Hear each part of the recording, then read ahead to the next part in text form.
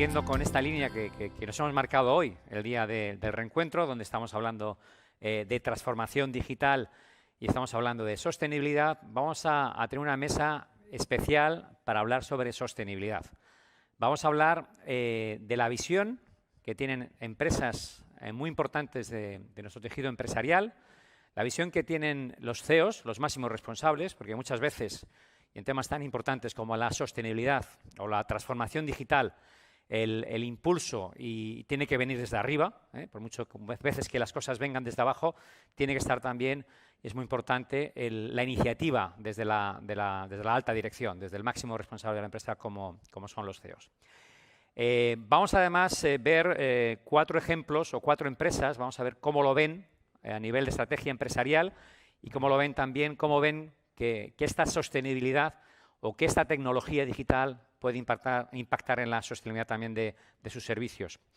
Y para ello vamos a contar con un moderador de lujo, como no podía ser de otra manera, como es nuestro presidente Pedro Mier.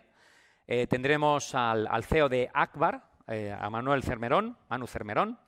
Tendremos también a la presidenta de HP para España, Francia, Italia y Portugal, Elena Herrero. Contaremos también con Luis Pardo, que es CEO de España y Portugal, de SAGE.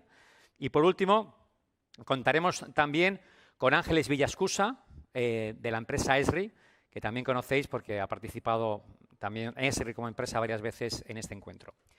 Sin más, mientras que preparamos pues, la puesta en escena de esta nueva mesa, deciros también, aprovecho para recordaros que todas las preguntas que queráis hacer se pueden hacer en la plataforma web Slido, S-L-I-D-O, y simplemente tenéis que poner Ametic Santander 35, la pregunta, y si queréis poner también la persona que hace la pregunta. Esto para todas las sesiones, para que lo sepáis. Sin más, pues vamos a dar paso al moderador, a Pedro Mier, a Luis Pardo, a Ángeles y a Elena Herrero. Muchas gracias.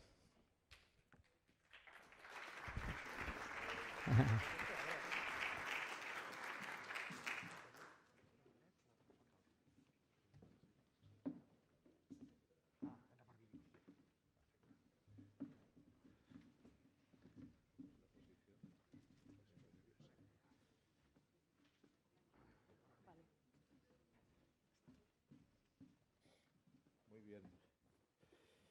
Pues de nuevo, hola a todos. Vamos a iniciar esta mesa tan interesante. Tenemos con nosotros hoy algunos de los más destacados CEOs de nuestro sector, tanto por ellos personalmente y por sus trayectorias, como por las empresas que representan. ¿Se me oye? Ah. Gracias. Como por sus trayectorias. Tenemos también a Elena Herrero conectada, me parece. Pues, ya la estoy viendo. ¿Qué tal, Elena? ¿Cómo estás? Buenos días. ¿Qué tal? Buenos días. Buenos días. Bueno, les había pedido a los participantes, porque tienen unos currículos tan brillantes y tan extensos que sería imposible resumirlos. Les he pedido algún toque personal y casi todos coinciden en... Casi todos son apasionados de algo, ¿no? Apasionados de la ciencia, apasionados de la colaboración pública, apasionados de participar en actividades de la sociedad, valientes en emprender, de manera que aquí tenemos auténtica representación de lo que es un CEO. Le voy a dar la primera entrada a Elena, ya que lamentablemente no nos puede acompañar por las restricciones que todavía operan, en este caso en la compañía. Y voy a empezar haciendo una... A ver si lo encuentro esto, ¿dónde lo tengo? Bueno, está fallando la tecnología. Bueno, a todos les voy a hacer una primera pregunta para situar el tema, y es ¿cómo impacta la sostenibilidad en la estrategia de vuestras respectivas compañías? Haremos una ronda y después os haré algunas preguntas particulares y probablemente incorporaremos, si nos da tiempo, alguna intervención adicional. De manera que primero, Elena, si quieres decirnos cómo impacta a una compañía tan importante como HP la sostenibilidad en su estrategia?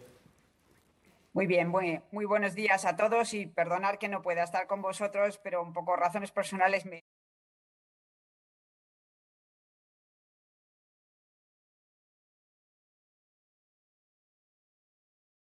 Bueno, a Pedro, pues bueno, yo creo que traer este tema de la sostenibilidad que está tan en boga, yo creo que de la mano de la tecnología, yo creo que es prácticamente hablar del tema que nos ocupa hoy, ¿no?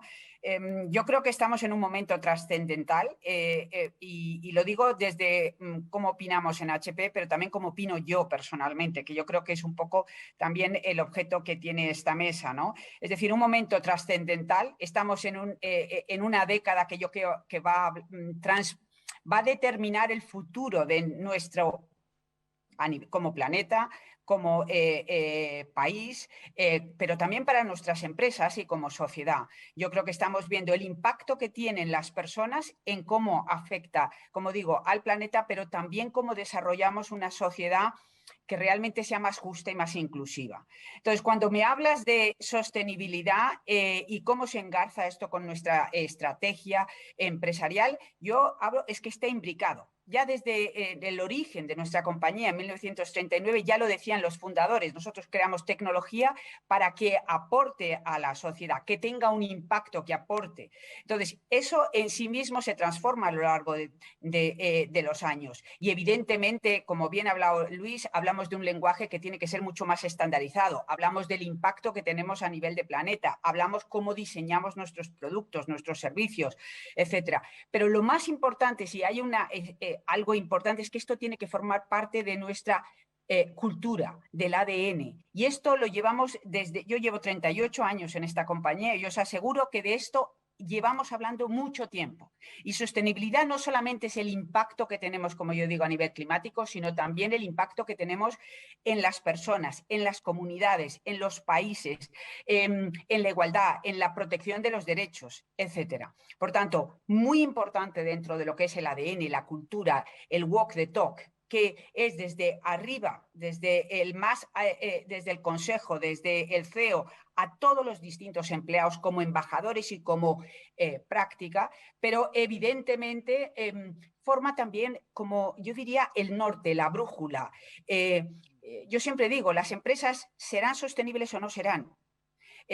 Si estamos en un momento de transformación como el que estamos, en donde la tecnología es, y perdonadme el vocablo, es el habilitador, es el enabler, es realmente el origen y también el que nos ayuda precisamente en esa transformación. Y yo creo que una oportunidad histórica, y yo creo que se ha hablado durante las sesiones anteriores, una oportunidad histórica también para nuestro país, cuando vemos los fondos que tenemos que se dedican a sostenibilidad y a digitalización. Parece caras de alguna manera bastante comunes.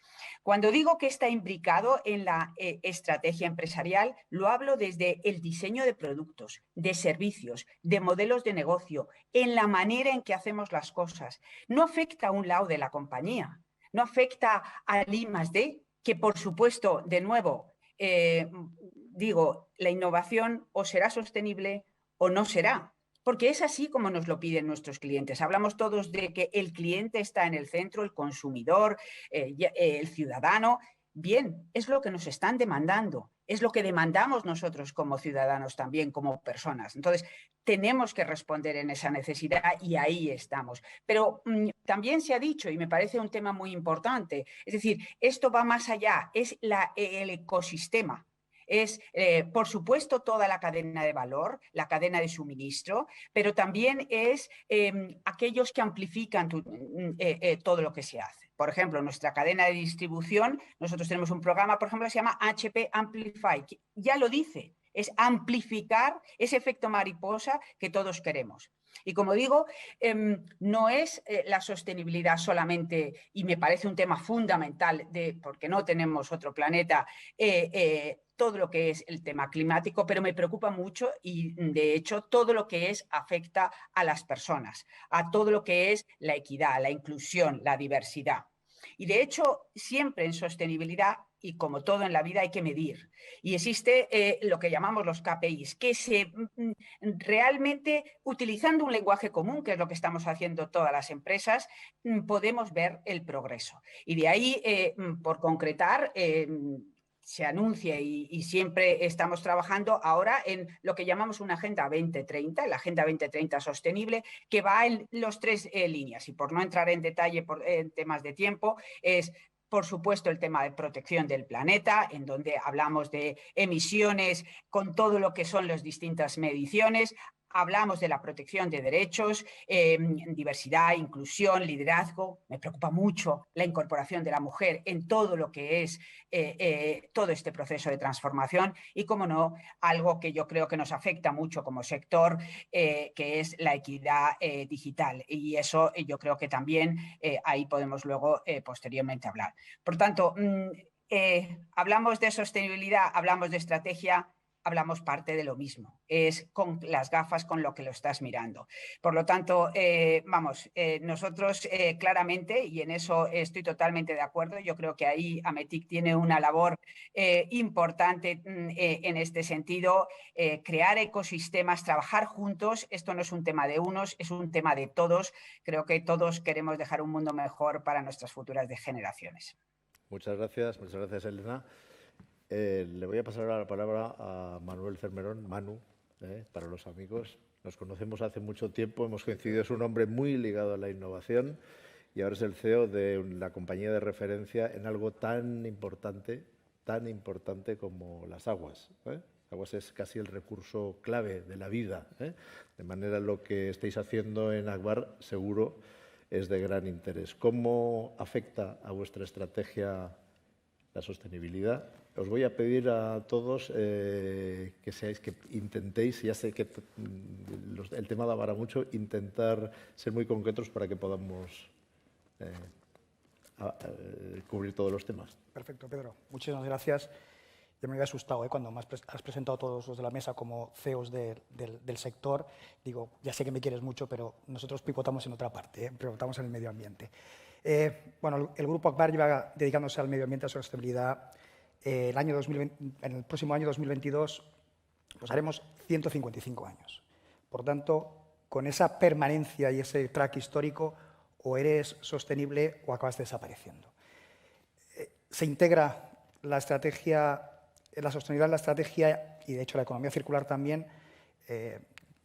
Me vais a permitir que lo diga, desde siempre. Lo que pasa es que ahora lo hemos incluido de una manera evidente en nuestro relato, y cuando digo ahora, estoy hablando que en el 2010 ya nuestros 4 ejes clarísimos de actuación eran, bueno, el acrónimo era el DIS y respondía Digital Innovation, Social and Sustainable. Y este es el acrónimo que utilizamos para direccionar todos los esfuerzos que hacemos en la compañía. Me ha gustado muchísimo la mesa anterior, pero con Basilio voy a discrepar en una cosa. Él ha dicho que los 17 Objetivos de Desarrollo Sostenible eran casi obvios, ha venido a decir, ¿no? Yo creo que establecer un orden en 17 grandes temas a nivel planetario, es decir, organizar la acción y focalizar la energía de una civilización, es un ejercicio, cuando menos, que hay que considerar de una manera muy seria, como así me ha parecido que lo decía Basilio. Por tanto, para mí no es un ejercicio obvio y es parte central de nuestra estrategia. Los ODS, conjuntamente con la International Integrated Reporting Council, la metodología de los 6 ejes de valor, el valor natural, el valor industrial, el valor financiero, el valor social y relacional, el valor intelectual y el valor humano, es el marco conceptual que nos permite el desarrollo de nuestra estrategia sostenible. Nuestra estrategia, de hecho, de empresa. A partir de ahí, declina todo, ¿no?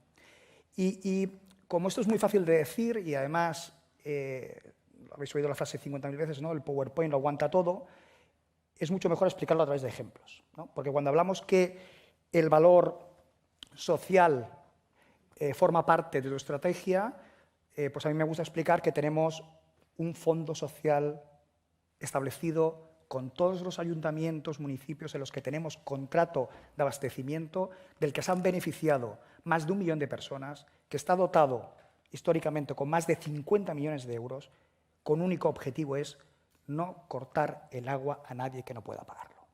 Por tanto, esto entra de una manera directa en nuestra estrategia y cómo operamos en el territorio. Uno, y me voy a estos porque los operativos son muy fáciles de explicar. Cuando explicamos el valor intelectual, pues bueno, en el año 2012 empezamos un camino que era el de nos propusimos la ambición de construir una formación profesional dual para el sector, porque no existía. Tenemos técnicos de laboratorio, por supuesto, perfectamente formados con la formación profesional, pero el técnico de planta depuradora, el técnico de planta potabilizadora, el señor o la señora de operación de red, esa formación no existía. Y nos pusimos a andar y hemos creado un currículum específico que tiene una implantación ya real. Tenemos 3 centros de FP dual en Barcelona funcionando, conjuntamente con otro en Santiago de Compostela, otro que se va a abrir próximamente en el Levante y un último en análisis en Andalucía. ¿Y por qué lo metemos dentro de ese eje de valor? Porque el foco y el enfoque que tiene esta formación profesional no es una formación profesional desde la oferta, sino desde la demanda, que es lo que cambia radicalmente el paradigma, a nuestro entender. Es decir, no abrimos un centro de formación profesional en ningún espacio geográfico de actuación en la que no podamos garantizar que por crecimiento orgánico, vegetativo o inorgánico nos podamos quedar a todos y cada uno de los alumnos que salgan de esos centros si ellos quieren incorporarse a la compañía. Me he ido a estos ejemplos para no hablar de la reutilización de agua, de la digestión y el biometano, de cosas que probablemente les suenan a todos ustedes muchísimo más, que están mucho más en la calle, pero que la estrategia, donde yo creo que se ve el nivel de compromiso que tenemos con la sostenibilidad del Grupo Agbar, está en esos aspectos que cuesta muchísimo más explicitar con casos, vamos a decir, reales de impacto en el territorio. Y aquí lo dejaría porque estoy convencido que tengo oportunidad, Pedro, de volver con ello posteriormente. Gracias. Muchas gracias, Manu. A continuación tenemos a Luis Pardo. Luis Pardo no necesita presentación y su compañía tampoco, ninguno de ellos. Pero Luis es una persona muy conocida, muy activa, muy reconocida en nuestro sector y en la economía española. Ha sido por 2 veces CEO del año, escogido, y además, como el resto de ponentes, desarrolla su actividad también en otros ámbitos. Es presidente de la Cámara de Comercio Hispano-Británica y, cosa muy importante, es miembro del comité ejecutivo de AMETIC, al cual le dedica, y doy fe, cada semana como mínimo 1 hora de su tiempo, cosa que aprovecho para reconocer y agradecer a todos los miembros del comité ejecutivo esa labor que a veces no se ve, se ven los resultados, eso sí. De manera que Luis, por descontado SAGE, como conocéis, es un líder mundial en software de gestión y Luis es un hombre muy dedicado no solo a los aspectos técnicos y un apasionado de la transformación digital, sino la versión más humana y humanista, y así lo desarrolla en sus libros y presentaciones. Luis, ¿cómo afecta la sostenibilidad a vuestra estrategia? Muchas gracias, Pedro. Y antes, solo dejarme un minuto, primero, para felicitarte a ti y a toda AMETIC por este evento tan relevante, relevante para España, relevante para nuestro sector y relevante también para Europa. Y me gustaría felicitar de forma muy especial a todas las personas que están aquí y las más de 2.000 que nos están viendo ahora. Porque una reflexión, y es que cuando ves, ¿no?, otra vez la energía humana junta y la energía humana con un solo objetivo, ¿no?, en este caso es esta recuperación económica, esta reinvención, te das cuenta de que juntos podemos y que desde luego esta etapa post-pandemia, con todo el esfuerzo de todas estas personas que estamos aquí, más las que nos están viendo, es una muestra de que será un mundo mucho mejor. Así que felicidades por eso. Bueno, pues en tu pregunta, fíjate, nosotros desde SAGE pues llevamos ya muchísimos años, ¿no?, con esta concienciación que antes recordaréis que se conocía como la responsabilidad social corporativa. Y claro, luego todo esto, pues a partir del año 87, nosotros llevamos ya 40 años en el mercado, pues aparece, ¿no?, pues el nuevo concepto de la sostenibilidad. Yo creo que la opinática está bien para charlar de fútbol, pero cuando tenemos que tomar decisiones, los datos son muy importantes. Y yo me gustaría dar 3 datos para hablar de la sostenibilidad y ese impacto. Fijaros, Deloitte hizo un estudio reciente de cómo habían sido de resilientes las empresas que tenían embebida la sostenibilidad en su estrategia corporativa.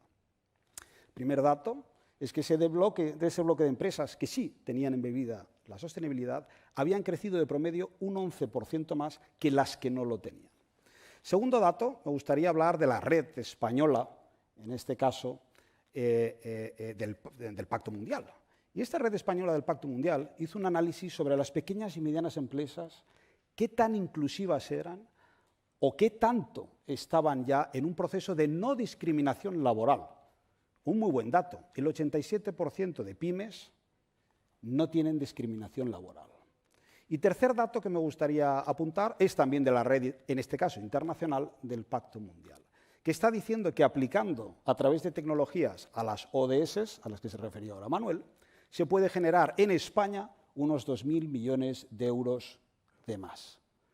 Claro, si esto lo trasladamos como compañía, pues fijaros, desde SAGE cogemos estos 3 datos y decimos, lo primero es que la sostenibilidad es rentable para las empresas. Da igual el tamaño de tu sector, es rentable. Como dicen los anglosajones, doing good, it's doing good business. Haciendo lo correcto, estás haciendo además buenos negocios.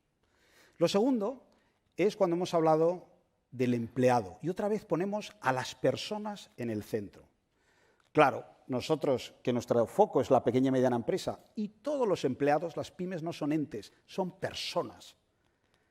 Tenemos esa potencial capacidad para llevar a todas esas personas al nuevo futuro, que se llama digital y sostenible.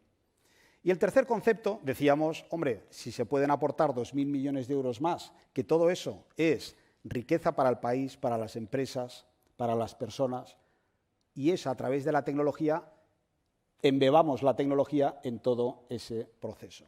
Si esto lo trasladamos a ejemplos muy concretos, yo creo que efectivamente dar ejemplos es lo mejor. Pues en este caso, ¿qué hemos hecho? Pues lo primero es coger un compromiso, porque si no coges un compromiso, claro, digamos que al final todos nos vamos a valorar por lo que decimos y luego lo que hacemos. Nosotros, nuestro compromiso ha sido 2030, 50% de descarbonización, pero no nuestro, de toda la cadena de valor, de todo nuestro ecosistema, proveedores, partners, clientes, y para el 2040, 100%. ¿Para eso qué estamos haciendo? Pues, por ejemplo, rediseñando todas nuestras soluciones de software, de gestión de contabilidad, de nóminas, los RPs, etcétera. Primero, para que tengan menos consumo energético. Segundo, para que tengan más productividad y calidad, para que luego los empleados tengan mayor conciliación laboral. Tercero, estamos pensando en todas las personas en exclusión. Niños que no tienen acceso, jóvenes, adultos y mayores. No hay ninguna generación que se pueda escapar a la exclusión social. Y por lo tanto hemos puesto programas, uno por ejemplo me gustaría nombrar, se llama Future Makers, que estamos enseñando inteligencia artificial, por ejemplo, ahora jóvenes y mujeres en exclusión social. Pero no solo para que la puedan consumir, sino que la puedan prosumir, es decir, producir y mañana poder trabajar en una empresa o crear una empresa. Otro de los ejemplos es la ética. Y claro, en la ética, además de crear códigos verdes, estamos creando códigos éticos. Hemos creado el primer código ético en un chatbot para la contabilidad a nivel mundial. Porque la contabilidad se tiene que utilizar correctamente, no para hacer contabilidad B. Pues hay que crear un código ético para que la inteligencia artificial aprenda cómo se tienen que hacer las cosas. Y luego, por supuesto, algo que hemos hablado aquí, vital, ¿no? Colaboración público-privada.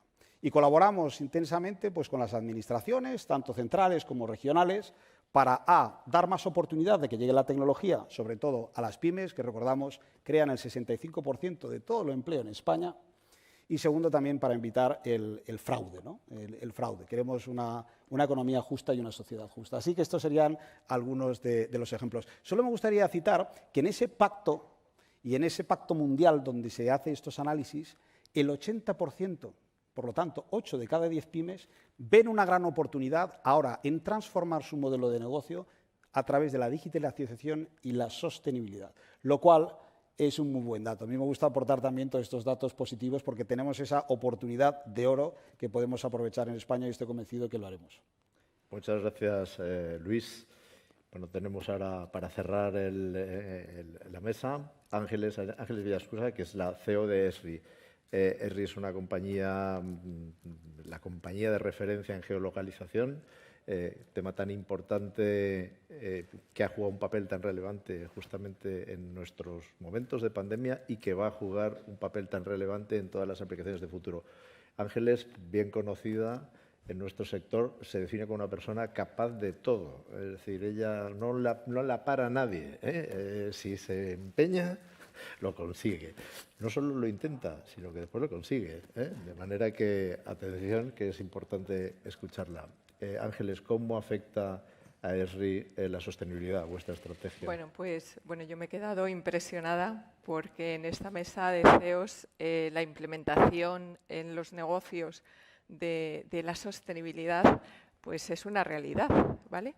Nosotros somos una compañía que, como bien decías, llevamos trabajando más de 50 años haciendo proyectos de sostenibilidad con nuestros clientes. O sea, la sostenibilidad no es algo actual, o sea, es algo que lleva ejerciéndose y se lleva abordando, sobre todo desde las instituciones públicas, desde hace años. ¿Qué es lo que ha cambiado ahora? Bueno, pues lo que ha cambiado ahora es que este tipo de proyectos, las preguntas son las mismas siempre han sido las mismas, pero cambian las respuestas ahora mismo porque esas respuestas tienen que dar o tienen que considerar esos retos que como europeos hemos adquirido en esa lucha contra el cambio climático y conseguir la climatología neutra, a no ser más tarde del 2050, ¿no? Porque todo afectará. Hace poco me leía, revisando unas notas, el Fondo Monetario Internacional publicaba en uno de sus informes de riesgos globales para el 2021 y hablaba que el clima extremo será uno de los riesgos más apremiados en la próxima década.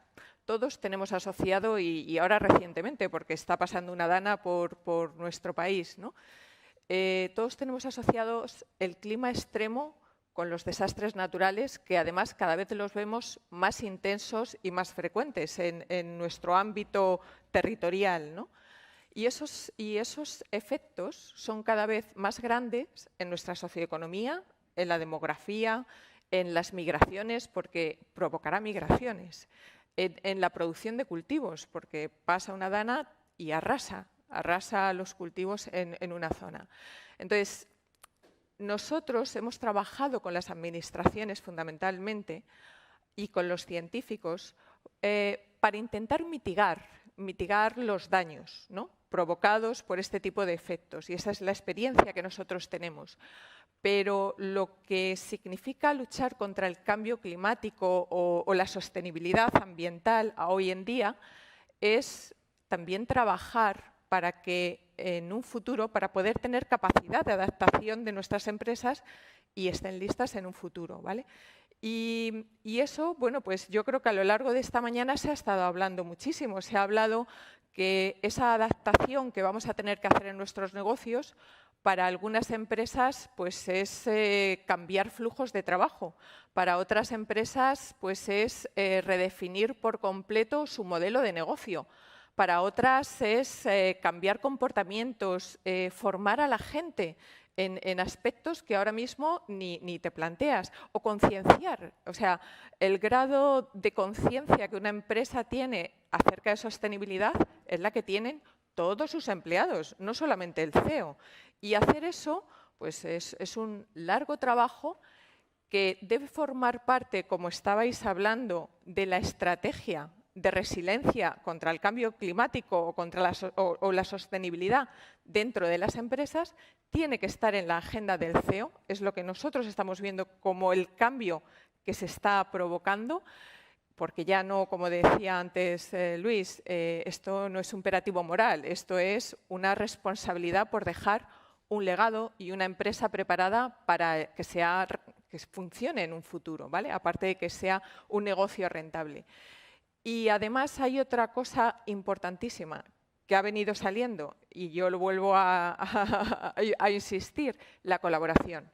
O sea, hacer o trabajar en una estrategia de resiliencia significa no competir, o sea, significa colaborar, significa compartir información y, como bien decían, absolutamente con toda la cadena de valor del negocio, porque tú puedes ser sostenible lo que quieras, que como la subcontrata que tengas que va a hacer el mantenimiento de infraestructuras no aplique esas mejoras que pueden mejorar pues, tiempos de desplazamiento, una gestión mejor de las propias flotas, de la gente que se está moviendo en campo, pues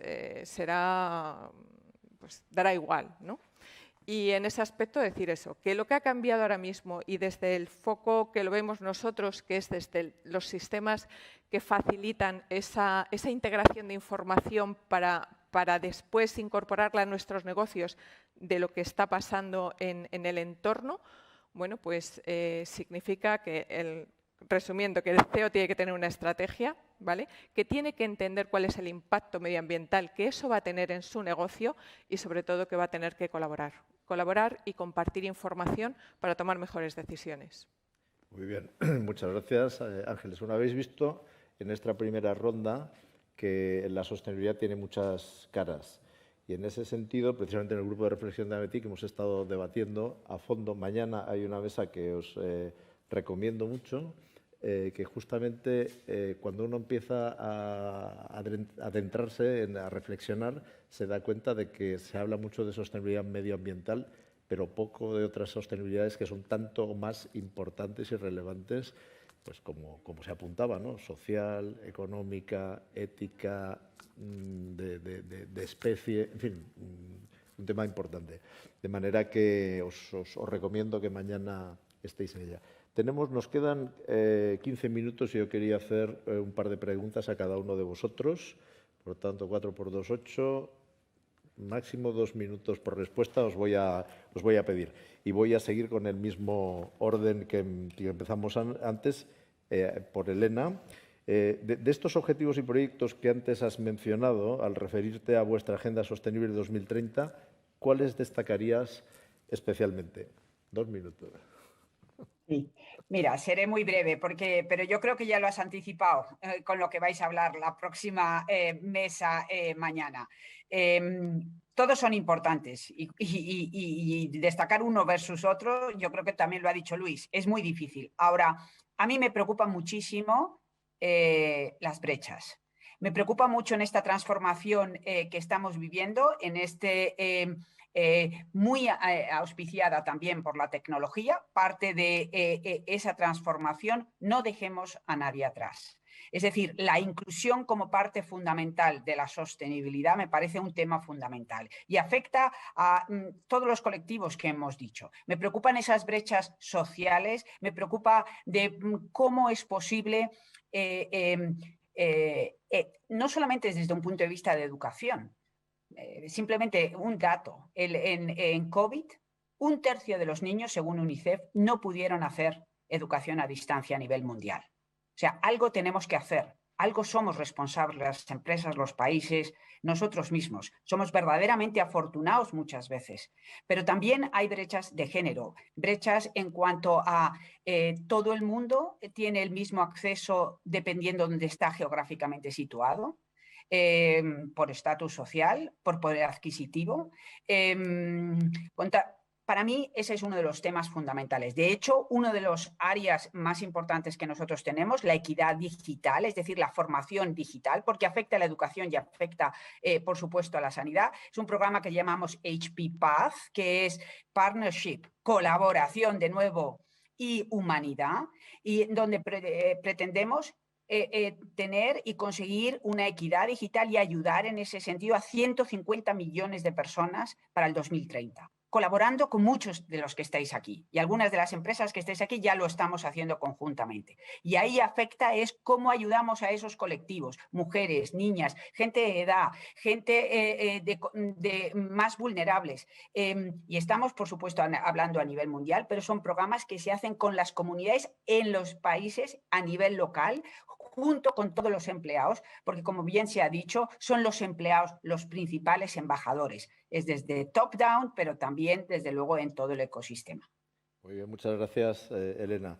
Le voy a pasar ahora un reto importante a Manu, casi más importante que el de la sostenibilidad, ¿no? Que es, en 2 minutos, contarnos cómo ayudáis desde Akbar a los retos de sostenibilidad en las ciudades y las industrias. Pues sí que va a ser difícil, sí. 2 ejemplos y yo creo que así voy a poder ceñirme al tiempo, ¿no? Cuando hablamos del...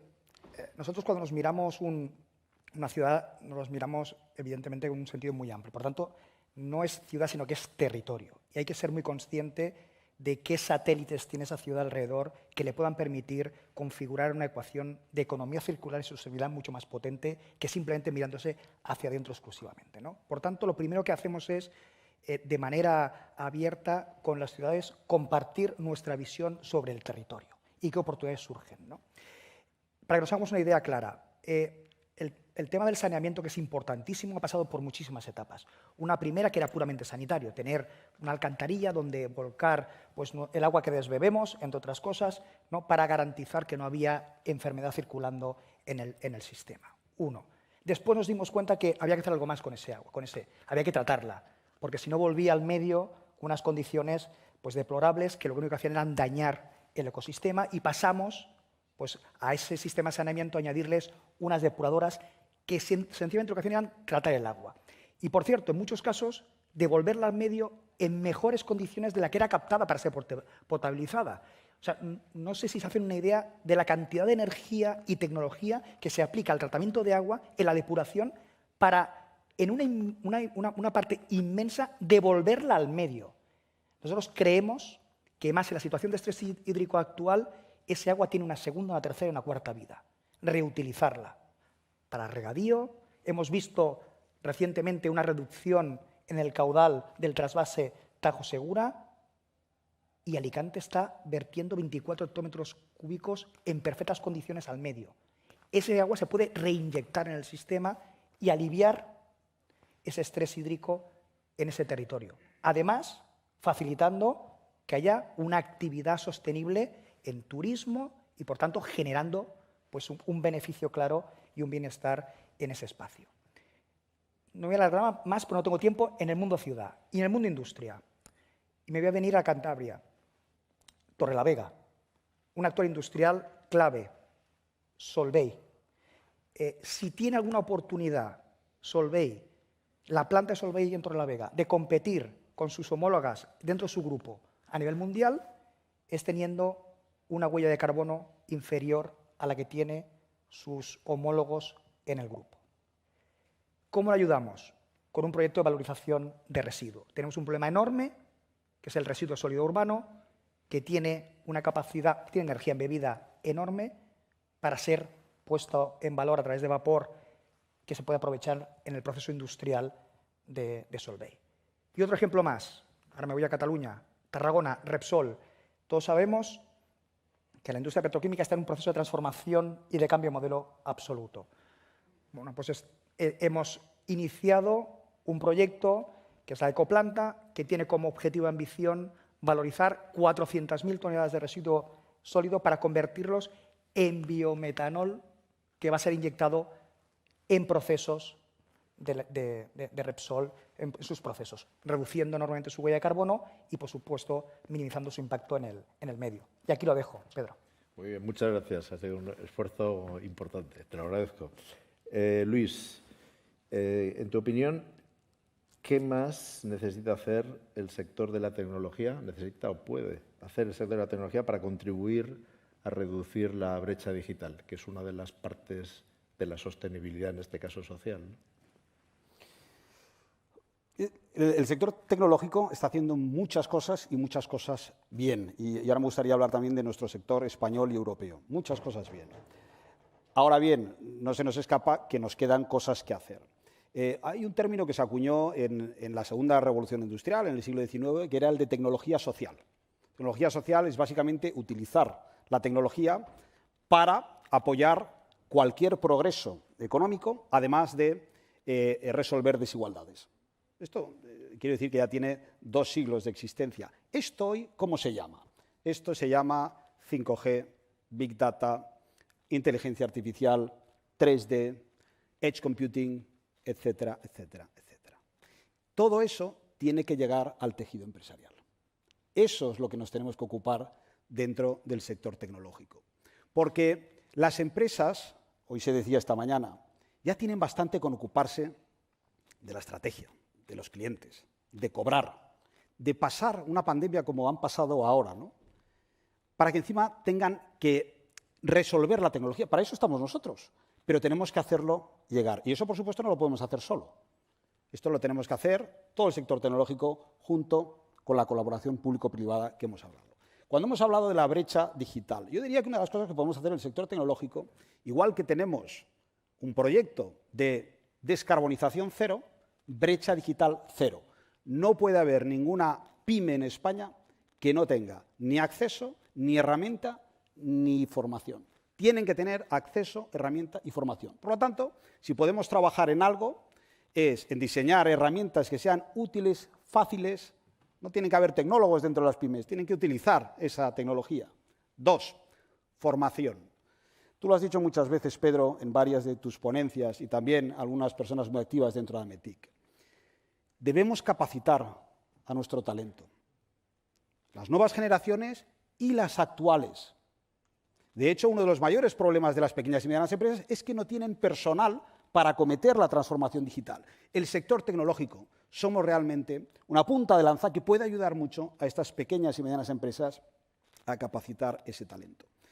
Y el tercer punto diría, pues algo que es muy obvio, es que tengan acceso que sea asequible y por lo tanto hay otra vez más esa colaboración público-privada puede hacer que ese acceso y esa, digamos, asequibilidad, ¿no? O sea, que realmente esté dentro del coste que puede permitirse una pyme y que luego tenga retorno sobre su inversión. Esos son los caminos que podemos dar y yo volvería a que hagamos al final un pacto de brecha digital cero. Muchas gracias, Luis, por tu propuesta y además me alegra que hayas sacado este tema que en el grupo de reflexión se tituló como la brecha silenciosa. Porque parece que no está ahí y es muy importante y afecta a una parte importantísima en riesgo de nuestro empleo. O sea que, sí. Gracias. Ángeles, ¿cómo crees desde ESRI, cómo crees tú, que se puede innovar en sostenibilidad en nuestra sociedad? En una empresa que lleva, antes hablabas, el nombre de Environmental desde el inicio, desde su fundación, desde hace 50 años. Que... Bueno, yo no soy la experta para hablar de cómo se puede innovar en sostenibilidad porque realmente esa innovación es muy diferente en función de las diferentes industrias, como estamos viendo, ¿vale? Pero desde la perspectiva del trabajo que nosotros hacemos con nuestros clientes y el tipo de proyectos que hemos desarrollado a lo largo de estos años, lo que sí vemos es que para innovar en sostenibilidad, dentro de lo que es el concepto medioambiental, que es el que yo estaba refiriéndome, se necesita tener una visión integral del territorio. O sea, la sostenibilidad no se puede ver a trocitos, porque todos los agentes confluyen en un lugar, actúan en un punto determinado del territorio. Y en ese aspecto, deciros que la geografía o la componente geográfica, ese dato geográfico, pues se convierte en la componente principal que permite unificar o digitalizar esos procesos de sostenibilidad, ¿vale? En el proceso de digitalización. Y el tipo y el GIS en sí, este tipo de tecnología, lo que hace es que facilita esa visión integral del territorio y permite poder actuar con un mayor conocimiento y tomar acciones en ello. Como decíais aquí, esto no es solamente tecnología, la tecnología está democratizada. De hecho, las empresas tecnológicas estamos facilitando en cierta medida el acceso pues, a esa tecnología para que sea pues, muy accesible para todo tipo de instituciones, desde los pequeños hasta los grandes. Ya no necesitas hacer grandes implantaciones de sistemas en tus empresas para rápidamente poner un servicio de atención al cliente o con e-commerce, ¿no? En esta medida, deciros que hay un punto importante, que son los datos, ¿vale? Los datos, para poder de verdad tomar decisiones, se necesitan datos fiables y datos que en el ámbito de la sostenibilidad, la geografía, muchas de nuestras instituciones llevan años trabajando y generando esos datos, que junto con la información que viene a través del IoT, del Internet de las Cosas, bueno, pues nos permiten tener información actualizada de cualquier cosa que puede estar pasando en cualquier parte del mundo. Simplemente por poneros un ejemplo, cómo esto se traslada a la industria, ¿no? A un ejemplo, ¿vale? En uno de los últimos artículos del MIT, que hablaba sobre resiliencia en los negocios, hablaba de un ejemplo que era el de una multinacional de telecomunicaciones, que es TNT, y cómo esta empresa, que ha adquirido ese compromiso por nula emisión o bajar las emisiones de CO2, estaba preocupada o está trabajando en ver o entender las vulnerabilidades de sus infraestructuras, ¿vale? Y para ello lo que está haciendo es colaborar con instituciones públicas y privadas. Y mediante datos geográficos de lo que está pasando en las zonas y este tipo de tecnología, la tecnología geoespacial, lo que está haciendo es determinar el grado de probabilidad, que sabéis que en Estados Unidos los incendios es uno de los mayores problemas que existen, sobre todo en la zona de California y demás, están determinando cuál es el grado de probabilidad de incendio y, por consiguiente, los riesgos que corren sus infraestructuras y su personal. Esta información la están trasladando, a su vez, a su cadena de valor y las tareas de optimización, las tareas de mantenimiento de esas torres de comunicación, bueno, pues nutren de esa información que estos señores están generando precisamente para optimizar ese tipo de tareas. En definitiva, deciros que se necesitan datos. Para innovar en sostenibilidad se necesitan datos fiables y tecnologías que permitan la colaboración de los diferentes agentes que van a tener que intervenir. Muchas gracias. Se nos está acabando el tiempo y tengo aquí todavía una ronda, de manera que os voy a pedir todavía mayor concreción, o la podéis sustituir por un mensaje final que queráis dar a vuestra elección. Elena, en relación con la lucha con el cambio climático, ¿cuál es la estrategia, en un minuto, de un fabricante de tecnología digital como es HP, o un mensaje que nos quieras dar final de tu intervención? Bueno, yo creo que se ha dicho, evidentemente, a mí me parece fundamental y me gustaría quizá terminar con un mensaje, porque claramente desde nuestra compañía, como digo, hay un compromiso absoluto, es parte de nuestro norte, brújula, el tema de la sostenibilidad, que va obviamente en lo que es recuperar todo lo que afecta a nuestro planeta, emisión cero para el 2040, con claramente un foco importante en la protección de derechos, pero sobre todo también trabajar muy de cerca todo lo que afecta a las brechas digitales, a las brechas de género, a las brechas que puede ayudar al tema social. Totalmente de acuerdo con Luis. Creo que tenemos que trabajar en un pacto de brecha digital cero. Creo que la colaboración, no solo la público-privada, sino entre las empresas, que la pandemia ha demostrado que somos muy capaces y lo hacemos muy bien cuando tenemos un objetivo común que es ambicioso y nos hace mejores. Y yo creo que en ese sentido, todo lo que esté en mi mano personalmente y en nombre de la compañía que represento, ayudar a que este país pueda aprovechar esos fondos en sostenibilidad, en digitalización, para hacer un país mucho mejor y mucho más próspero para el futuro. Pues muchas gracias, Elena. Manu, ¿quieres dar un mensaje final? Si me das la oportunidad, por supuesto. Yo diría que lo que quería compartir con ustedes al final. El Grupo Akbar gestiona 900, me lo he apuntado para dar el dato exacto, porque efectivamente el dato es la clave para tomar buenas decisiones. Por tanto, 994 instalaciones industriales y 139.497 kilómetros de redes. Es decir, le podemos dar tres veces y media, ¿no?, la vuelta al mundo con todos los tubos que gestionamos. El problema, esto está distribuido en 1.200 contratos, si hablamos de España. El problema no está en una gran ciudad o en un núcleo urbano potente. El problema está en aquel municipio que tiene 10, 15.000 habitantes, que van a decir, bueno, pues no es tan pequeño, pues 10, 15.000 habitantes, ¿cómo garantizamos el acceso a la tecnología desde el sector, en este caso del medio ambiente, y le ponemos a disposición todo el despliegue tecnológico que puede tener un Barcelona o un Madrid, o viendo aquí al alcalde de Málaga, un Málaga, a disposición de ese municipio que es mucho más pequeño? Bueno, pues nos hemos inventado un concepto, se llama Dinapsis, y son centros digitales para zonas geográficas.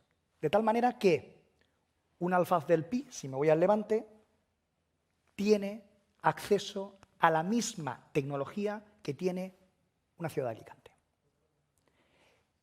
Mancomunamos medios y somos capaces de democratizar el acceso a la tecnología a un coste que la tarifa del agua pueda llegar a compensar. Yo diría que este es el gran reto que nos hemos puesto por delante. Tenemos a disposición, hablamos de IoT ahora, pero las remotas llevan funcionando mucho tiempo. Ya sé que no es lo mismo. ¿Bien? Hablamos del Smart Metering, pero contadores con lectura remota en grandes consumidores hace mucho tiempo están gestionando.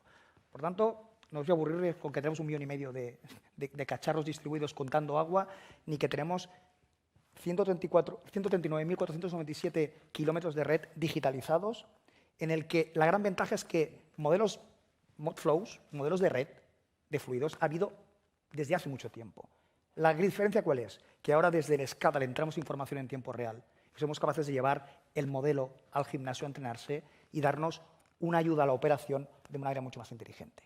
Insisto, aquí la ventaja o el reto no está en que lo pueda hacer Barcelona, sino que lo pueda hacer Riancho y lo pueda hacer Alfaz de Pi, por poner dos ejemplos de municipios que tienen pues, más complicados acceso a la tecnología de primer nivel para una gestión de un recurso tan escaso como el agua. Gracias. Aquí lo dejo, Pedro. Bien, gracias, Manu. Luis, habíamos estado hablando en una de las conversaciones de la importancia, otra vez oculta, que la economía sumergida tiene para las pymes y cómo afecta eso a la sostenibilidad. ¿Quieres compartirlo con nosotros y lanzar un mensaje en esta línea, si te parece? Es una pregunta difícil esa. Sí. Yo lo primero que quería resaltar es cómo vamos a recuperarnos económicamente. Y lo uno con esto de la economía sumergida que acabas de preguntar, Pedro. Para mí no tiene ninguna duda, con un término que hemos acuñado en SAGE, digitivación, que es básicamente la recuperación económica a través de las tecnologías para mejorar la productividad y la sostenibilidad. ¿Y qué tiene que ver la economía sumergida? Pues volviendo a los números, España en este momento, aunque no hay demasiado acuerdo, pero si voy a coger el punto medio de todos los análisis, tiene un 18% de economía sumergida. O dicho de otra manera, 200.000 millones de euros cada año. Y eso es terriblemente injusto para el resto de autónomos y pequeñas y medianas empresas que están haciendo lo correcto. Y justamente la sostenibilidad va de hacer lo correcto. Hay un estudio que decía que solo aplicando software de gestión en las empresas que eviten la doble contabilidad, se puede captar del 3 al 4% del PIB. O puesto de otra manera, 40.000 millones de euros que podría generar España todos los años. No se hubiera erradicado toda la economía sumergida, por supuesto, pero fijaros, 40.000 millones de euros. Es decir, un tercio de todos los fondos europeos que nos están llegando ahora, que nunca, como decía antes Luis Fer, dice, nunca pensamos que no tendríamos que hablar de dinero, ¿no? Pues nunca habíamos recibido tanto dinero para un cambio de digitalización y sostenibilidad. Y por otros cambios, por supuesto, de la propia administración. Nunca. Pues es, en ese caso, un tercio. O una sexta parte, en este caso, del PIB, toda la economía sumergida que se está haciendo. No podemos permitirlo esto más. Otra vez, la creación de oportunidades de trabajo, con 40.000 millones cada año. Son 400 hospitales, son un número ingente de escuelas públicas, es un número importantísimo de creación de nuevos beneficios para todos los empresarios. Hay que cuidar a los empresarios y hay que cuidar también a todos los trabajadores de estas pymes. Serían beneficios que podrían llevarse al tejido empresarial. Y, por lo tanto, ya se empiezan a ver, por cierto, algunos brotes verdes que se están tomando como iniciativas. Por ejemplo, en el País Vasco sacan ahora una iniciativa que la han llamado Ticket Buy, y Ticket Buy lo que va a pedir es que haya un software certificado para todas las pequeñas y medianas empresas y, por lo tanto, que se evite la doble contabilidad y que pueda, en este caso, un consumidor, un cliente, pues, solicitar una factura de un software que viene certificado. Esto lo hemos visto ya en países como Portugal, Alemania ya ha avanzado en todo esto y España tiene una oportunidad muy importante. Y repito, es por justicia social y porque además puede ser una palanca de crecimiento de país importantísima que además agradecerían seguro todos los autónomos, empresarios de pymes que están haciendo lo correcto y a los cuales pues tenemos que agradecérselo porque hacer lo correcto, como decía antes, doing good is doing good business. Muy bien, muchas gracias por introducir otro aspecto de la sostenibilidad también presente, que es la ética, muy importantísimo. Ángeles, te toca cerrar. Ya estamos pasados, o sea que lo que tú ganes, ganamos todos. ¿Cómo puedes acabar como quieras? Puedo acabar como quieras. Todo es tuyo. ¿Cómo enfocáis el futuro desde ESRI? ¿Qué mensaje quieres lanzar? Pues, a ver, yo creo que como sociedad tenemos un reto muy grande y es entender nuestra realidad, ¿vale? Y crear ese conocimiento y poderlo aplicar, considero que es un reto. Pero somos optimistas, desde ESRI somos optimistas porque hemos visto en el último año y medio cómo se han producido los cambios en nuestras organizaciones y en nuestra propia sociedad. Hemos visto y seguimos colaborando en proyectos que son proyectos de índole pues, global, como es la lucha contra el COVID junto con la Johns Hopkins. Estamos participando con la NASA pues, para guiar al Perseverance rover por cuáles son las mejores rutas y conocer mejor ese planeta. ¿Y qué tienen en común estos proyectos? Pues tienen en común que son proyectos globales, como muchos de los que vamos a tener que abordar en los próximos años, y son proyectos donde la disciplina científica tiene un rigor importante y se reconoce para después poder tener información y poder actuar, ¿no? Ese es el primero. Lo segundo, que creemos que evidentemente la tecnología va a seguir evolucionando, ya es una palanca facilitadora y lo va a seguir siendo más. O sea, las posibilidades que se abren con inteligencia artificial y aplicar esa inteligencia artificial al proceso de innovación, bueno, pues yo creo que de momento los humanos no somos capaces de lo que se va a llegar a crear o la capacidad de innovación que vamos a tener. En tercer lugar, lo que decíais, la tecnología es accesible y es accesible para las pequeñas empresas. Lo que antes hablabais, en el proyecto de la NASA en el que estamos colaborando es la misma tecnología que se utiliza aquí en el Ayuntamiento de Santander. O sea, exactamente la misma. El usuario al final tiene la capacidad de poderlo adaptar y nosotros la obligación como empresa tecnológica de facilitar ese acceso para que esa tecnología no sea una barrera, sino un facilitador en el negocio o en la gestión, en este caso, de una ciudad.